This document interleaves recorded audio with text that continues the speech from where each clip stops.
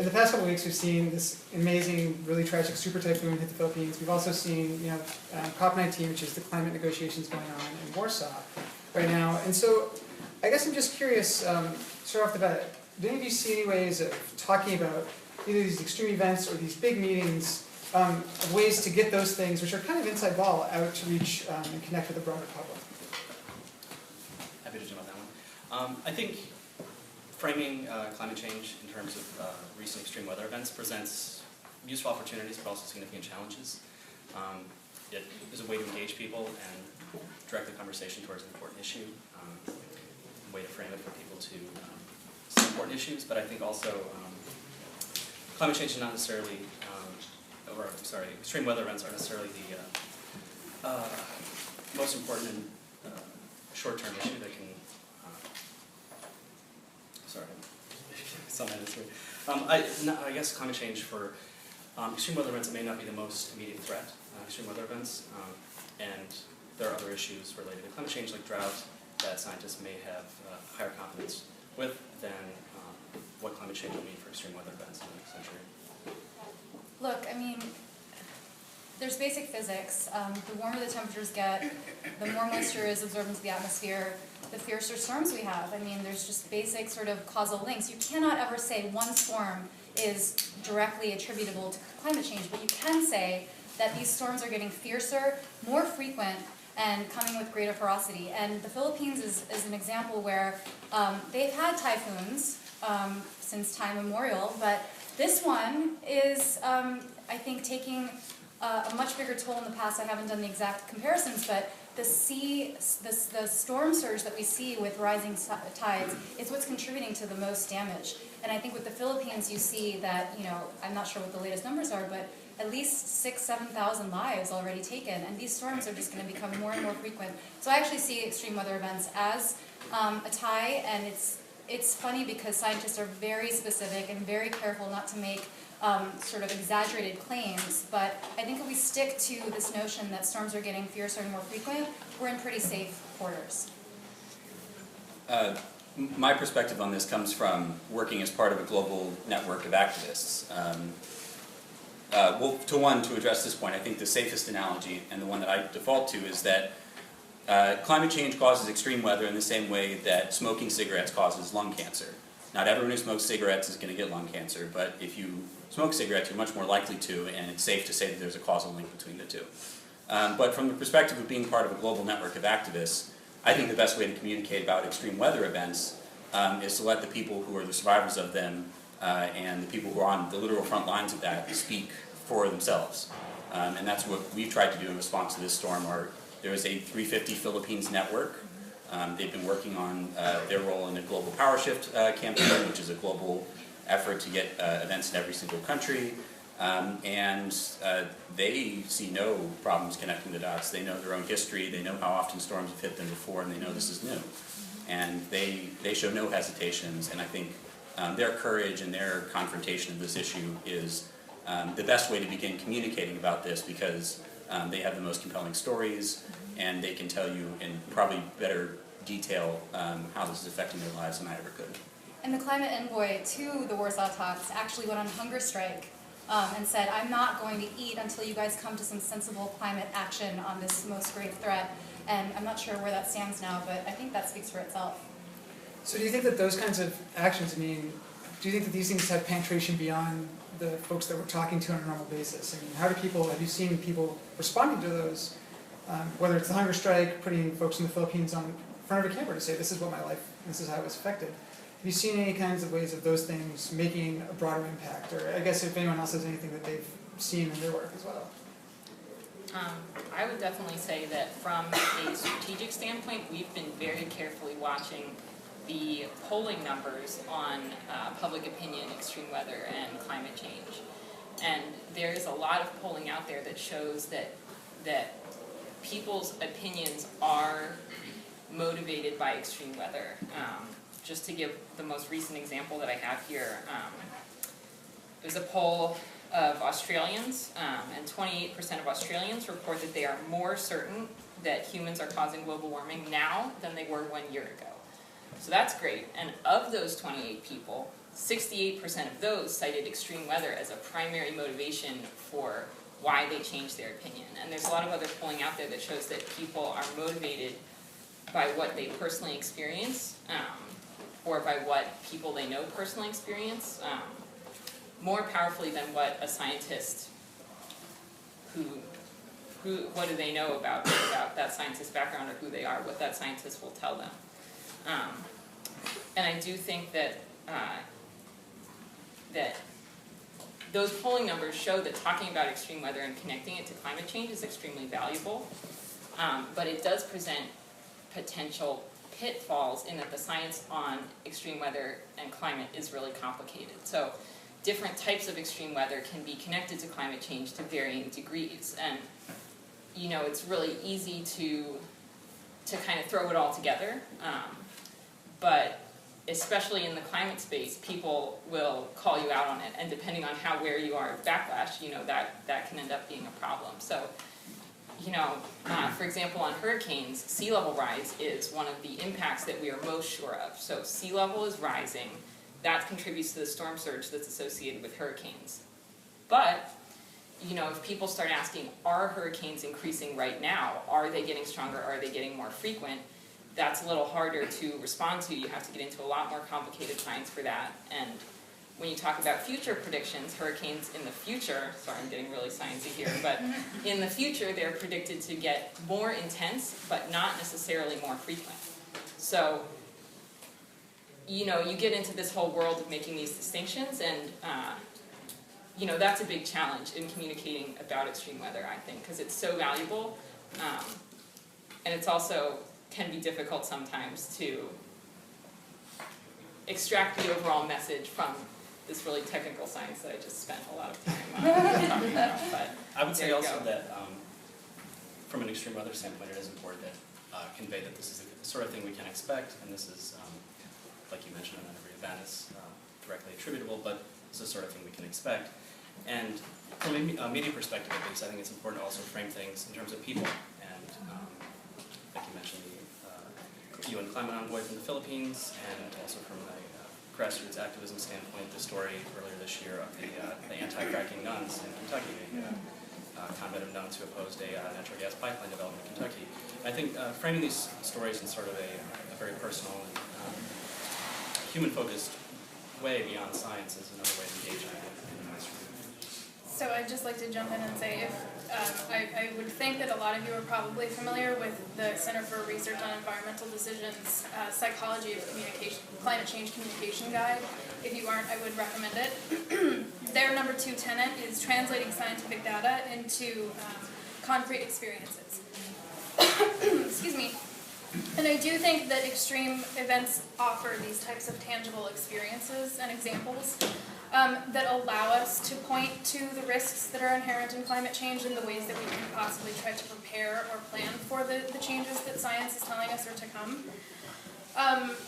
We are developing a community-based kind of participatory tool where people use digital elevation maps and sea level rise projections to kind of walk through their neighborhoods and take a look at what the potential impacts are of climate change and to think about ways that they can respond to it and prepare for it. So one of our partners, Margie Turin from Lamont Doherty, actually did this activity, I think, potentially a month before Hurricane Sandy hit. And they walked in from the waterline to, in lower downtown, to the area where the projections for sea level rise, I think, were supposed to hit by 2050. And they drew a mark on the sidewalk, basically, to say this is where the waterline is potentially going to be in 2050. There were some people that we were talking to see if they wanted to be involved, and they were like, no, this is it's too alarmist to be talking about these types of things. Fast forward to a month later, the water line from Hurricane Sandy went almost up exactly to the chalk line. So we have been developing this tool with different communities, people in Coney Island, people in the Lower East Side, people who were actually affected by Hurricane Sandy, to talk about these types of storms. What if they are more frequent? What if there is more localized flooding? How are we going to respond to that? I just wanted to say, I love what Nora said about the science. It's so complicated, but I think the more we get into a tit for tat with the opponents, the more we get weak, because they're always going to find ways to sort of nitpick around the edges. And I think that we need to, look, the IPCC just came out with its 5th assessment report. They, for the first time, recognized that we have a finite carbon budget, of which we've already burned through more than half. PricewaterhouseCoopers came out the following month. They crunched those numbers along with our current emissions trajectories and said we had 21 years before we bust the 2-degree carbon budget. If that's not enough to get people excited, I'm not sure what is. And I think that we have to be clear, we have to be declarative in our statements. I mean, obviously we can't say things that aren't true, but with extreme heat events, for example, there's no question that mean of average temperature is moving steadily to the right. And with that come increased heat waves, and those extreme weather events, heat-related anyway, are definitely unquestioning. And the droughts related to those, the deaths associated with extreme heat, those are things that we can basically say with a clear mind and clear heart that are true. So, I mean, I'm just coming from a standpoint of urgency, and whatever is going to work with your audience is probably, that's the analysis you have to do. But I really just think that, while Nora is absolutely right on the climate being complicated, we have to find clear messages, or else we're just going to keep being on the defensive and losing this fight. So I think that's true. And so part of the, sort of getting to that though, so talking about extreme events and talking about those things is maybe one way to connect with folks, but what do you do when there's a gap in that extreme events? I mean, it's not like the calamity happens every day, which is wonderful, because we don't want calamities to happen every day, but when there is a really long period where nothing happens, or the US just had a colder than normal October, for example, so people might start to lose interest. How do you sustain coverage and interest and continue to connect with people beyond that? Great answer for this.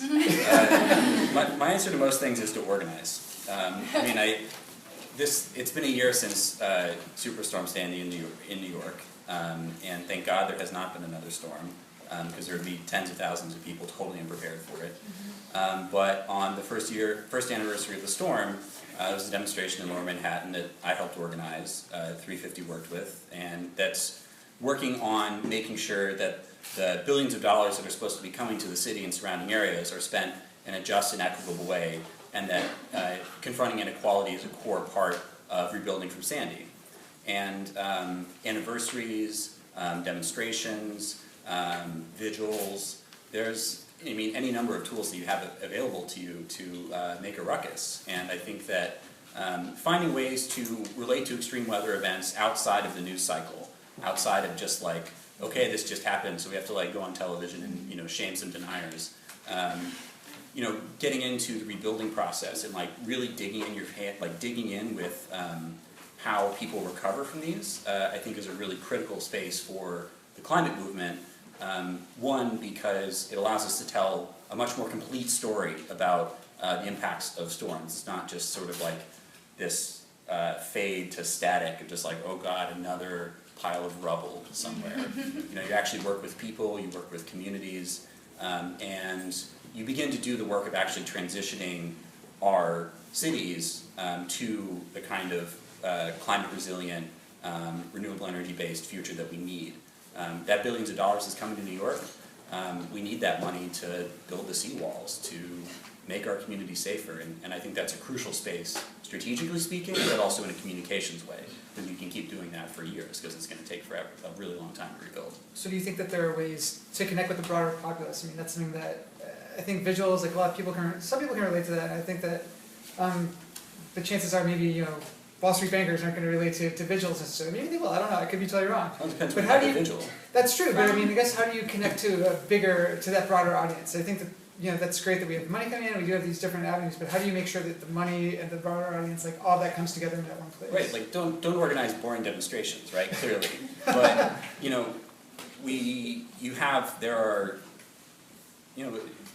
do it better. I guess step your game up. That's, if we think we're in a crisis moment, do things that are more colorful, more confrontational, that involve more people, that are larger, that are more diverse. I think there's a lot of ways to step outside of that kind of box in the media space, but ultimately the media is our megaphone, and we have to find ways to use it as best we can.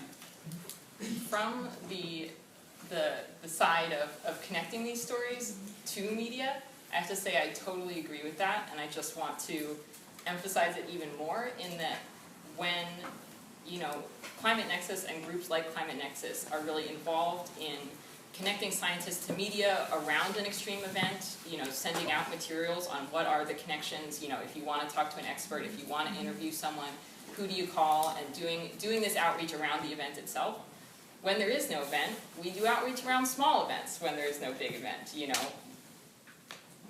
You have to do outreach around an event or it's not news. If that's pretty obvious. But you know, you have to find the news, and if you can't find it, and if there's no small event to direct people to and to emphasize and to use as an excuse to harp your same climate message over and over again, you know, then someone has to create the news. And Climate Nexus isn't in the business of doing that. But when other people do, that gives us what we need to push that out to media and to start using that as a focal point. So a communications organization like us can't really, it would compromise our sort of neutrality to do that stuff, but groups like 350 can do that, and it really, it feeds the media, you know, the content mill. And that's so necessary, even if the event doesn't make the splash that you wanted at the time that it happens, you know, it still feeds this conversation that so many people are depending on pushing forward. So, and I suspect you're going to see a lot more events, so I think you're in the right business for now. And just a shout out to your boss, Jeff Nesbitt. He came out with a really great hashtag for the IPCC AR5, and it was, the debate is over. You know, just when there's equivocation on the science and people say, oh, well, there's still this minority that says there's questions, the debate is over. So for me and for the Polar Partnership, it's not too difficult because I swear every day that I look at the news, there's a story about something happening in the Arctic, right? There's oil and gas companies attempting to drill in the Arctic. Russia is enforcing its border line. The fishery companies are moving further north. So for us, it's kind of a nice way. We constantly have these entry points for communication and starting conversations, but I think that we can think of things more broadly in that sense of, as you said, kind of connecting the dots, right? People always talk about connecting the dots, connecting the climate change dots, because there's really, I can't think of any sector that climate change does not have an impact on, whether it's national security, food security, water resources, public health. There are entry points in almost every way that you can think of. And I think that getting people to think of climate change not just as an environmental or a science issue or a political issue is a really powerful way of keeping the conversation going. Yes, you smile. Connect the dots. That's a 350 thing, right? Yeah, I'm not going to take full credit. Well, so I guess something I'm really curious about is to hear from each of you, just something that's maybe happened in the past year, 2 years of your life, in general, that you've seen a success of communicating climate and getting the broader public to take notice and stand up for it, whether it's to take action or just to at least be like, oh, right, you know, connect the dots. What's something that each of your organizations has done to sort of do that? Well, I mean, I would also, just to jump back to the last question very quickly, Jessica, I really was going to say the same thing. I would echo your point that I think it's important to view climate change as not just relevant with each extreme weather event, but that all sorts of things should be viewed within the lens of changing climate, and that it's something that's ongoing and not always a future threat.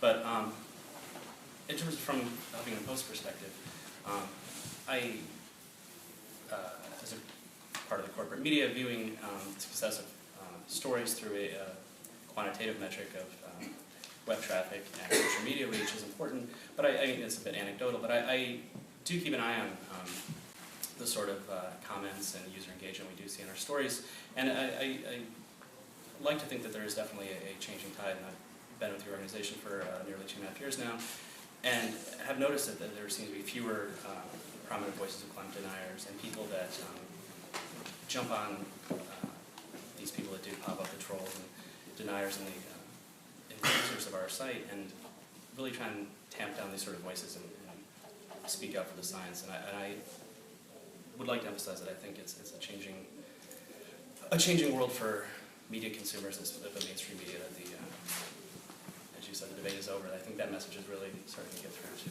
mainstream media consumers in a way that really wasn't evident a few years ago. The way that climate change is popping up much more in mainstream news stories and fracking and other search of energy issues are household words now in a way that I think they were 5-10 years ago. Okay, so a success, right? That's Yeah. what we're talking about. I will share success related to extreme weather, I guess, since that's sort of the foot we started off on, and I do think it's such an effective communications tool, when used judiciously. And one thing extreme weather related that we did that I thought was really successful was last year we had a ton of wildfires in the Southwest and in the West in California. And we did a lot of materials related to the wildfires and kind of repurposed our materials in order to keep the conversation going. So we started off putting scientists on a call with journalists where they discuss their research and how their research shows the connection between the wildfires and climate change and the trends that we're experiencing. And then they answered questions, which is a really valuable, it's valuable for the journalists that are on the call, and it's valuable for us as a way to get information about what the journalists care about. And what they were asking was, how does this affect my region? Like, what are the trends? Not just, even the Southwest is a region from the point of view of climate scientists. That's a tiny region because they're looking at a global scale. The reporters wanted to know how do these trends affect my specific county? What are the wildfires going to do in my county? Like, are we going to see more wildfires? So, and the experts answered these questions and really, really talked about it. And the quotes were printed in mainstream outlets, in mainstream coverage of the wildfires.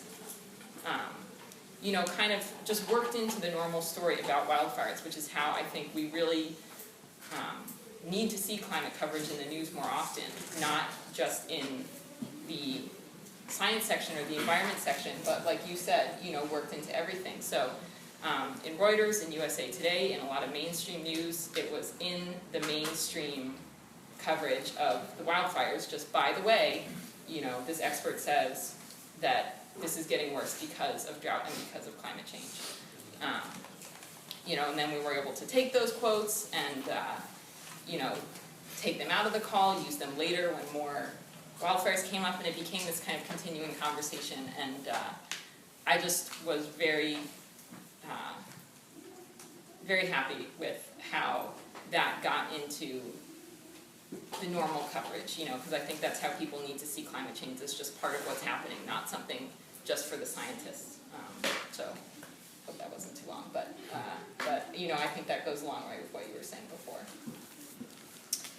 So the year-long time frame is a little funny because we actually received our grant in September of last year. So this past year has been all about innovating and testing and getting back to the drawing board of what are effective ways of educating and communicating climate change.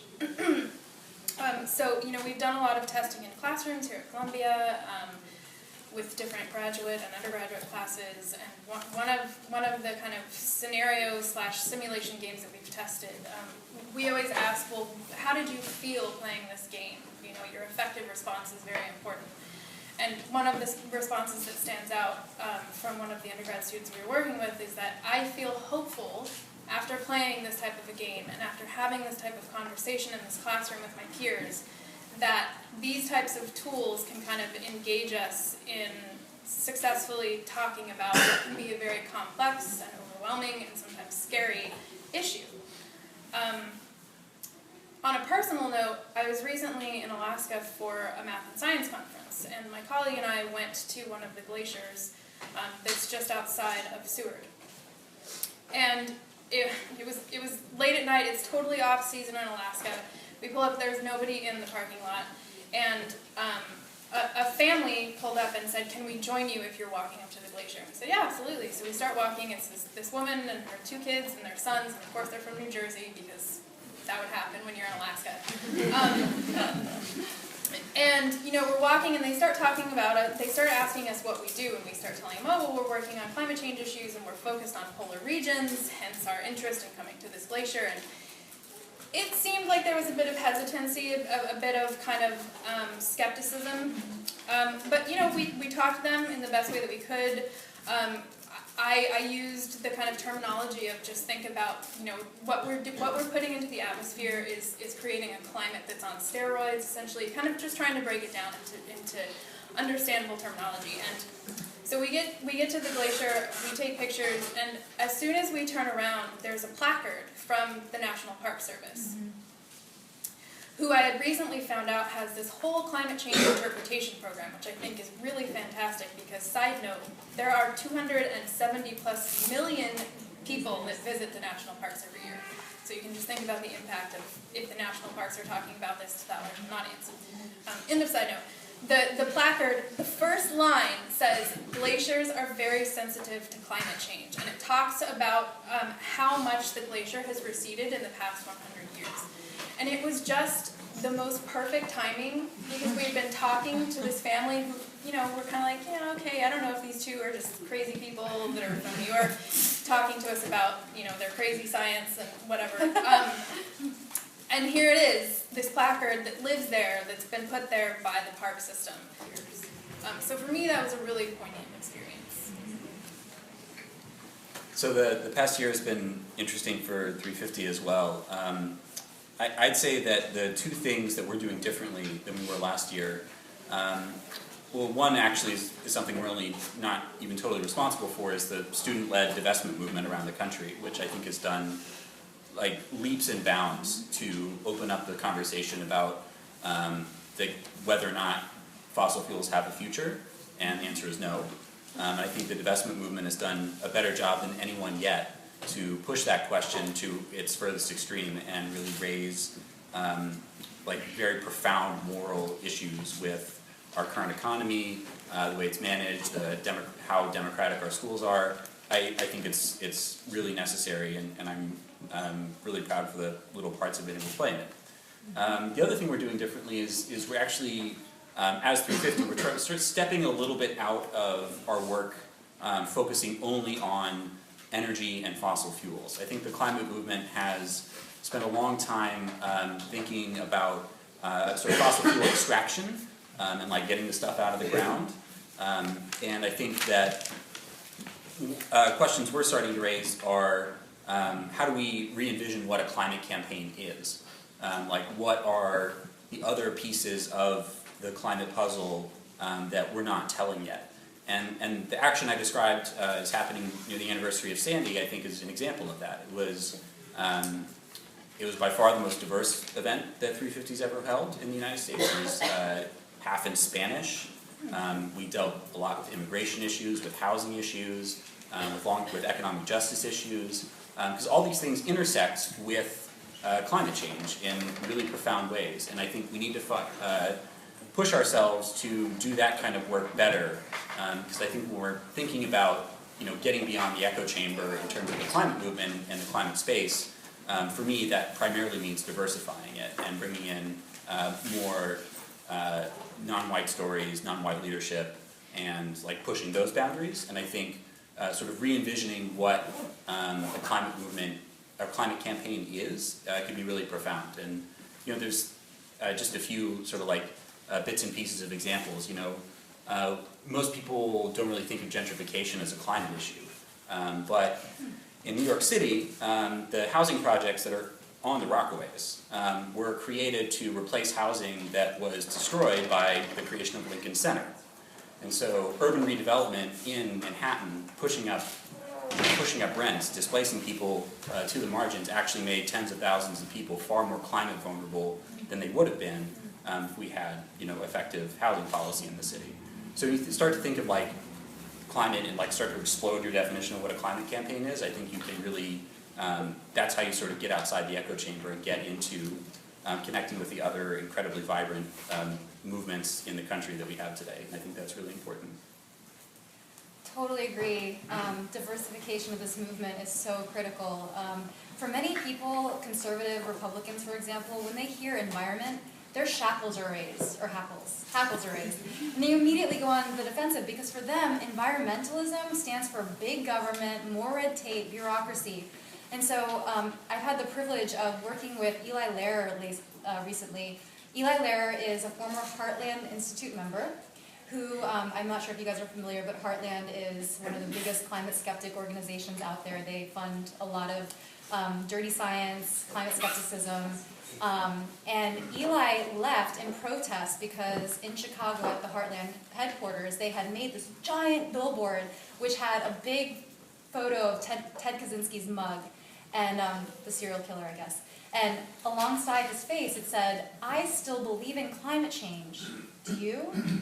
Beyond it not making any sense, it was like pretty offensive. And so Eli walked out. He's like, "This is enough. This is just too much. It's beyond the pale." He went to DC. He started his own shop called R Street Institute. And at R Street, he's working, among other things, to promote a revenue-neutral carbon tax. And for a lot of us working in this movement, getting a price on carbon is kind of like the without which none. We have to get a price on carbon so that it costs what it actually does to society. I mean, it's just not fair that the fossil fuel industry gets to externalize all their costs onto taxpayers like you and me. And so getting, the conservative Republicans, getting faith groups, there's a guy named Richard Cizik who was a Catholic leader who has been so outspoken on climate issues for many years. And for many in the faith community, this is about stewardship of God's creation. And once you can start to talk to them on levels that they relate to, I think it's very powerful. I've just had the great privilege also to have finished 2 days, there's one more day tomorrow in DC, but 2 days of intense media briefings on the Divest, Invest campaign and movement. What we've done is we've taken 3 leaders from this field. Chloe Maxman, who you may have heard of, she's a Harvard University student and leader of Harvard Divest. She, is a very unique individual and somebody that has really been super vocal. And even when Drew Faust, the president, recently said, "No, I won't divest," that just galvanized Chloe and her movement even more. There's now 400 campuses around the country that have active divest movements. There may be more. 21 local governments in this country have divested so far, or agreed to divest. There's multiple faith-based institutions. This is such a powerful movement and a powerful way of addressing the problem where, governments has failed us in large respect. We weren't able to get Waxman-Markey passed. The president is doing some good things on, using the Clean Air Act authority to regulate power plant emissions, but it's still woefully inadequate. And really what the divestment movement is doing is it's helping to revoke the social license of the fossil fuel companies to operate. And among some of the reporters that we met with today from both the New York Times, Bloomberg, and Reuters, the common question was, "Hey, you guys are all, travelers by plane, drivers of cars. You all, enjoy the benefits of this fossil fuel infrastructure, so isn't it a little bit inconsistent or hypocritical for you to, foment and work on this movement?" And the simple answer is no. And Chloe said it really well. She said, something to the effect of, our choices are limited. The system around us that we have to operate in is rigged. The power of the fossil fuel company over our politics, and even in some nefarious cases buying out clean tech, helping to repress it, all the subsidies they get that create an unlevel playing field, we don't have true freedom of choice. And so the divestment movement, the more it gathers momentum, and it is, it's happening in Europe, it's happening here. I think last week, the biggest sovereign wealth fund in the world, Norway, the Norwegian pension fund, is literally on the cusp of divesting their coal assets. And that's huge. It's the biggest sovereign wealth fund in the world. So this is, part of our campaign. We had Chloe, and then we also had an investment manager named Tom Van Dyke, and the executive director of Wallace Global Foundation, which is the biggest foundation to date to have divested its assets from fossil fuels. And they're all going to these reporters, and they're making 2 cases. It's immoral to keep investing in fossil fuels, but it's also a profound opportunity. Divest your assets and invest in the clean energy future. And it's not about solar panels or windmills. There's opportunities across every sector of the economy, whether it's water infrastructure, power, transportation. There's limitless opportunities, and it's really just takes a little bit of vision, leveling some of the barriers imposed by the systemic, just power of the fossil fuel industry. And, we have to start mainstreaming the story. It's not just kids on college campuses that are young idealists. It's, financial folks like David Blood and Al Gore, who just, this great op-ed in the Wall Street Journal. It's a wonder, first of all, that the Wall Street Journal published it, because their opinion pages are very skeptical. But I commend all of you guys to check it out. It was called the Coming Carbon Asset Bubble. And it really elegantly puts forth this notion that 2/3 of what the fossil fuel companies currently have on their books in proven reserves can't be burned if we want to maintain that 2-degree pathway that all of science and all countries have said is necessary. It cannot be burned. Yet those assets inform the valuation of those stock prices of ExxonMobil, Shell, and Chevron, and all the rest. So that means, and they put it very well, that there's a coming carbon asset bubble. And once the markets realize these risks, the fossil fuel prices will tumble. And investors that are still there are going to be, they're going to lose their shirts. And it may not happen tomorrow, it may not happen next year, but the prudent investor will get out now while there's still time and diversify into non-fossil resources. So it sounds like you're not alone. Al Gore's on your side as well, which is a good thing. Both blood and gore. Blood and gore, that was the best. Just repeating for folks in the back that might not have heard, basically the question is that should we be pursuing a more conciliatory tone instead of a combative tone to draw in broader audience? So I think that in terms of the enemy narrative, it is important to define an enemy because we have to be able to understand, like, that's what shapes public policy, that's what, I think we do have to define an enemy. And I think the rejoinder to that is that what's more important is for us to develop heroes and to have people who can be the antidote to that. It's like, what's the Death Star without Luke Skywalker? It's a big downer. And so I think what we need is the people in this room who are convinced to speak very clearly about why they're convinced, to speak from the heart, and to, I think, push their limits in terms of like what you're willing to do if you do believe these things. And so, I mean, my perspective on this is the heroes we need are people who are willing to put in their time, maybe take personal risk on behalf of these issues. I think civil disobedience plays a really crucial role in developing, in confronting this, because it provides us our heroes. It gives us the people to root for in a world where I think we do have and need enemies, not least of which because there are a limited number of people who are willing to upend our entire climate system to make some money, and I think it's worth calling them out for that. So, enemies, yes, heroes also. I have an addition to that actually, which is that this is the kind of question that gets debated a lot. To be confrontational or to be conciliatory, and I think it's often framed as an either or, where it doesn't have to be. There's a reason that the good cop and the bad cop is something that works. There's a reason that's a cliche, because there is a whole spectrum of groups, some groups which are taking an extremely combative tone, doing the civil disobedience, saying the big bad fossil fuel companies are screwing us over. And there are some groups that are not doing that, and those groups are much less visible, I think, to the people here. But they exist, and I think both are really necessary. And it's the same reason that good cop, bad cop works, because the more moderate groups can go to those people who are resistant and say, we're not crazy like those environmentalists, like, we're on your side, we want to help you out, like, let's just trade some information and see what we can agree on. It's kind of like they're a foil to each other, so I would say that both are good. I'm going to bring up the nuns again.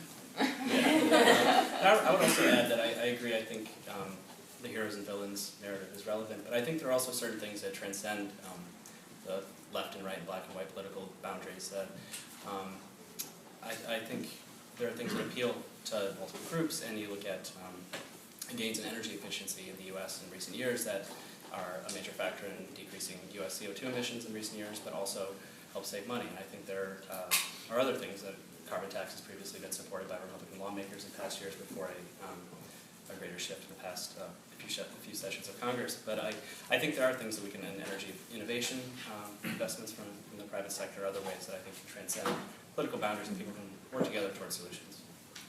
So I'll just jump in quickly and say that under the NSF program that we're funded with, our main goal is to inform public understanding of and response to climate change.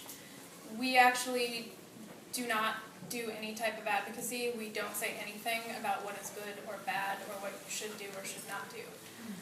Our entry point is basically explaining the basics of climate change to people, getting them to understand how humans affect climate and how climate affects humans. And so, you know, I think that we're a little bit different. The Polar Partnership is a little bit different than the groups up here, and maybe it's kind of what you were saying. We're kind of flying You're under the good radar. cop. Potentially, yes. Polar Partnership is the good cop. So, you know, one of the things that NSF wants is for these different partnerships, which there are 6 of around the country, to develop new models of communicating and educating climate change, basically. So we are using the kind of serious games mechanisms and kind of gamification models as a way of allowing people to kind of have an engaging experience talking about climate change, potentially even a fun experience learning about climate change, that really breaks it down and gets away from the narrative of good guy, bad guy, you know, do this, do that, don't do this, don't do that. And you know, the other partnerships that are working around the country are working with museum interpreters to talk to the public about climate change. They're working with festivals and museums that sponsor these festivals to develop kits for talking about climate change. So it's really not just about kind of media, because I do think that it's already been brought up that sometimes that actually is the echo chamber. It might even be getting away from technology, because a lot of people don't necessarily have access to, you know, smartphones or computers or these other digital tools that we're talking about. So developing these kind of hands-on activities that people can really enter into and engage with one another, learn from each other, take risks. That's what our mission is, basically. What, you spoke to this a little bit, but what role do you see civil disobedience both for publicity and direct action in the future of climate change? So I'll be brief, because I see the primary communication task that we have. It isn't necessarily convincing people that climate change is real. I think that case is increasingly being won. But I think at this point in history, our primary job is to convince people to do something about it. And I think that the most effective way to do that is to show that people already are, and to be the proof in the pudding that there are other people care about this, and to show your own conviction. So I think civil disobedience plays a role in sort of like breaking our collective sleepwalking about this. If you can show that there are people who care about it, people who have thought about it before are more likely to care about it themselves. And I think, at least in my communication space, it's a cliche, the idea that courage is contagious, but I think it's really true that that's what moves people from being like, this is really bad, there's the Death Star, to like, I'm joining the Rebel Alliance, to seeing that someone's already fighting. Because otherwise, like, you know, you can be educated about it all you want, but it just gets harder and sadder. So we'll shoot for one more question here real quick. Well, in addition to individuals needing to do something, if we're looking at things like a carbon tax or some way to keep that 2/3 of fossil fuel reserves underground, it seems like that's also going to require some pretty big sacrifices, which I mean isn't part of the current messaging, because that's not that, you know, galvanizing or fun to talk about, but I think it's a reality that eventually is going to have to be confronted. So how do you see the messaging around that kind of collective and individual sacrifice playing out, you know, a few years down the line when that comes up? I think a lot of people would actually, that work in the field, would disagree with that there isn't it's not a question of doing with less. It's a question of revolutionizing our energy system from brown to green choices. You know, solar, more sun hits the earth every hour that is needed to power the world for a year.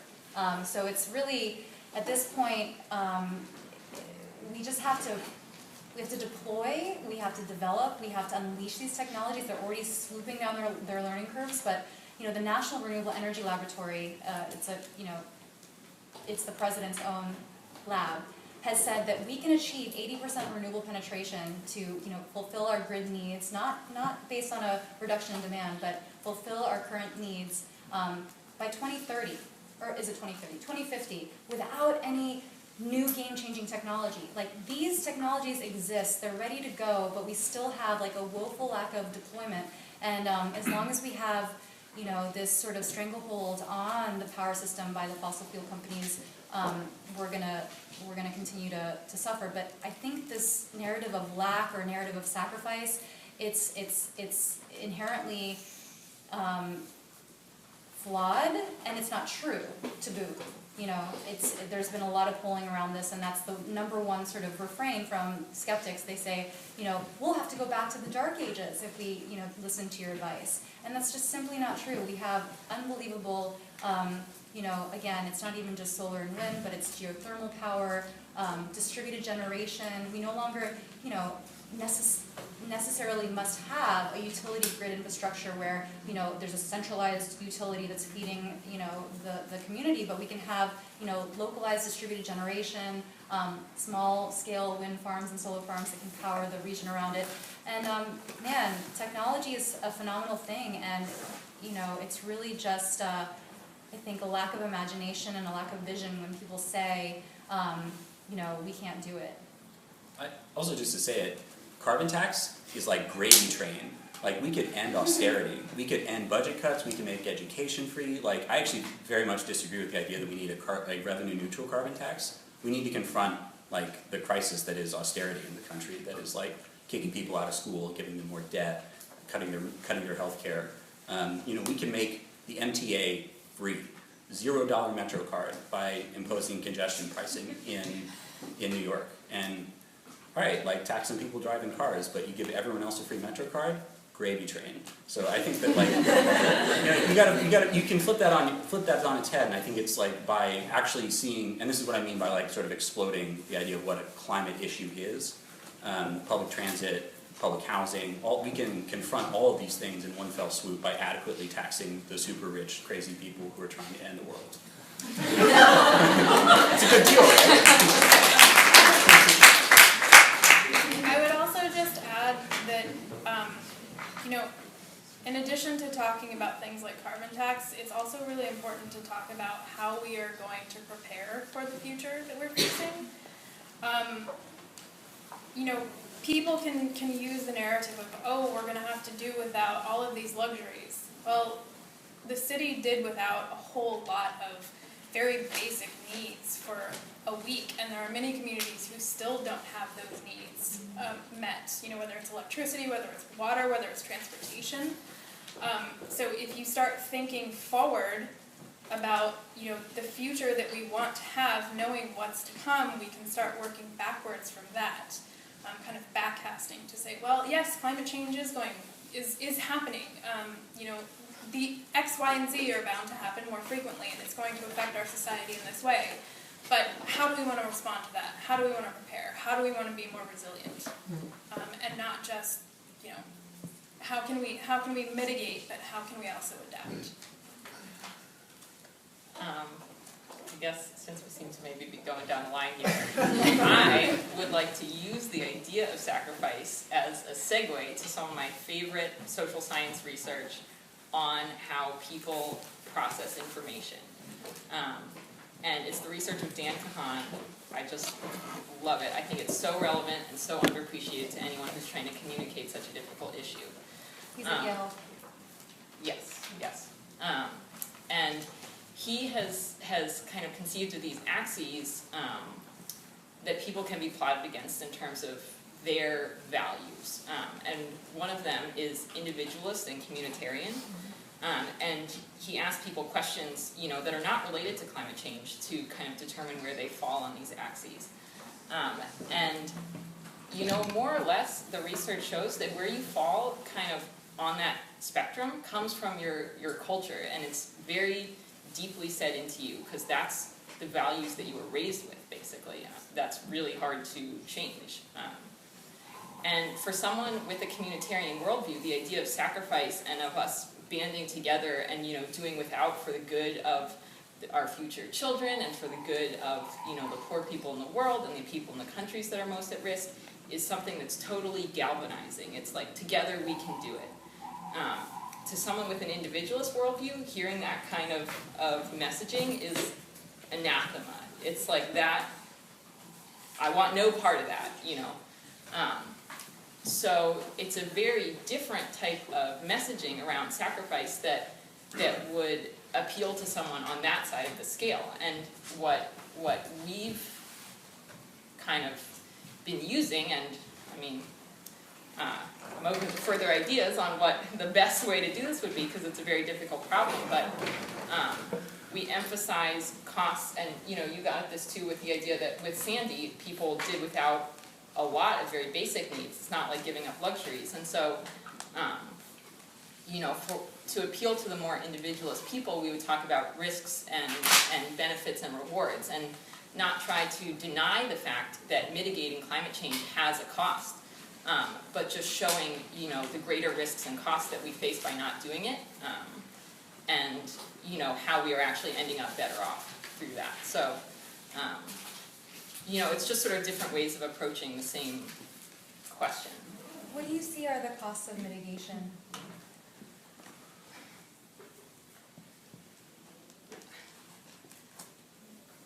I mean, it would be poor messaging for me right now to start harping on costs.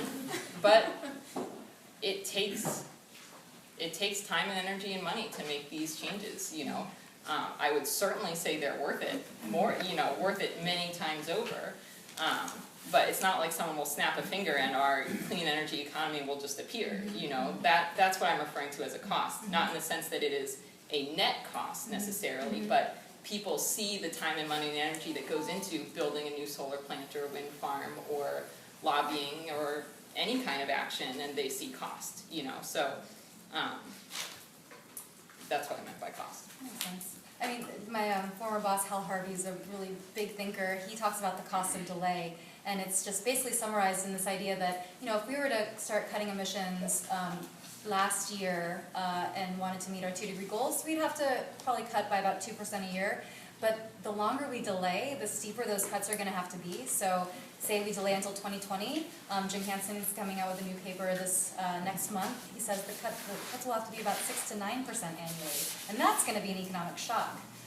So there are significant costs of delay the longer we wait to act.